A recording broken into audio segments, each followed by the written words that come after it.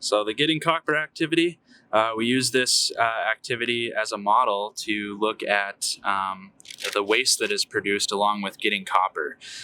So when we're talking about our mining activities, we're going to go through these steps to see how much copper we get and also how much waste we get. So for this activity, we have this sheet that has our measurements on it with these different boxes. It's got the mining box, milling and concentrating, the smelting. All three are the steps to getting copper. And then finally, our final copper product. For this activity, we will have a bag with 10 sugar cubes in it.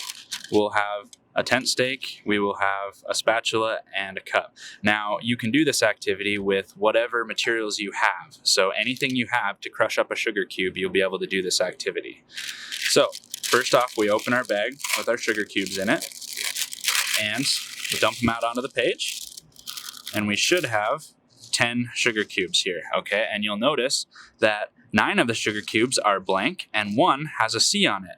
The C is going to represent our copper, because not all of the material that we gather is copper.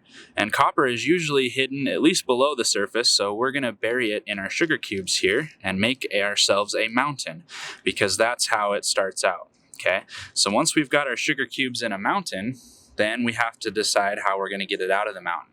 Now, most of the time, blasting is used to get it out of the mountain. So what we'll do is we're going to do a small scale explosion where we're going to blow up our mountain to release the copper ore so that we can get at it. So the mountain gets blown up, right? Then we pull the copper out. We're going to put all of our sugar cubes that do not have copper on them back into the mining box. That's our first waste stream. So 90% right off the bat is waste, right? It's the waste rock. That's what we call waste rock. Okay, so 9 of these sugar cubes do not go any further. We take the one with the copper in it and we're going to move it to the milling and concentrating box. Okay, now what we need to do to get the copper out of this material, because again, not all of it is copper, we want to crush it up. So for this, we're going to use this little cup, but again, you can use whatever you have around your house to be able to do this.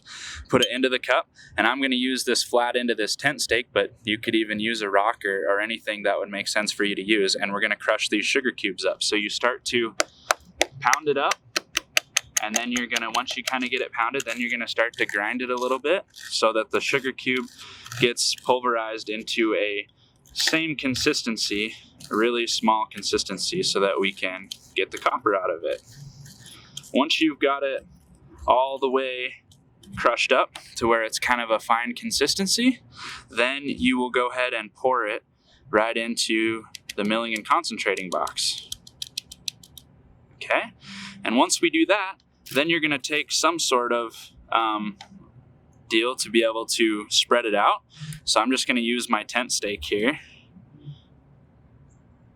to start spreading it out. And once I get it a little bit spread out, I'm just going to use something flat to kind of spread it out even more. And then I'll use some other tool that I've got. This is a spatula, but again, you can use your hands if you need to.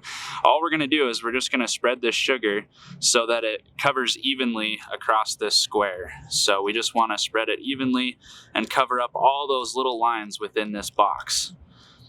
In this box, there is 100 little squares, so we're just going to kind of evenly spread it out the best we can.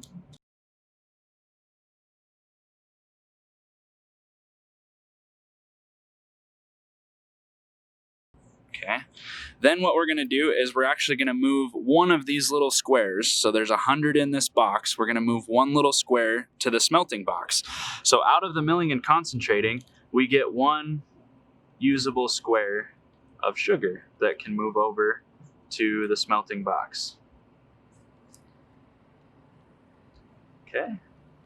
And once we move that over to the smelting box, then again, we want to just kind of spread out those pieces the best we can so that they're spread within the smelting box.